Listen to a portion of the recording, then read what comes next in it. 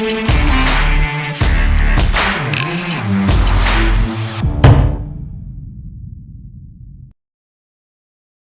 Sunt Mihai, trainerul de la Bosch și te invit la un nou episod din lumea școlilor electrice profesionale Bosch.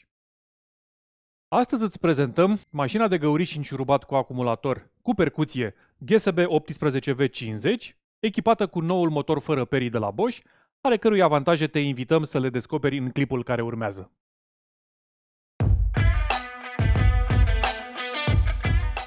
În ultimul deceniu, tehnologia acumulatorilor a cucerit lumea sculelor electrice.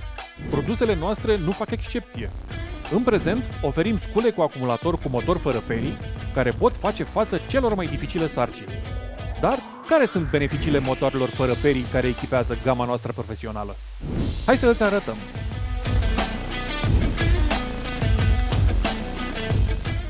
Motoarele moderne fără perii înseamnă un timp de exploatare mai îndelungat, o durată de funcționare continuă mai mare, niveluri reduse de zgomot și căldură, precum și o ergonomie echilibrată a sculelor electrice.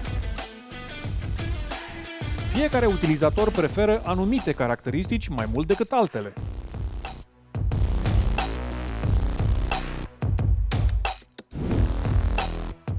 Unii sunt interesați mai mult de eficiența sculei electrice, în timp ce alții doresc ca aceasta să nu aibă nevoie de service. Motorul fără perii nu conține un colector și un set de perii care să se uzeze și să trebuiască a fi înlocuite atunci când este nevoie. Acest lucru duce la o durată mai mare de viață a motorului, chiar și în condițiile celor mai solicitante aplicații. Te poți baza cu siguranță pe această mașină. În plus, economisești și bani, pentru că această mașină are un motor cu o durată mai mare de viață și nu are perii colectoare care să trebuiască înlocuite atunci când se uzează.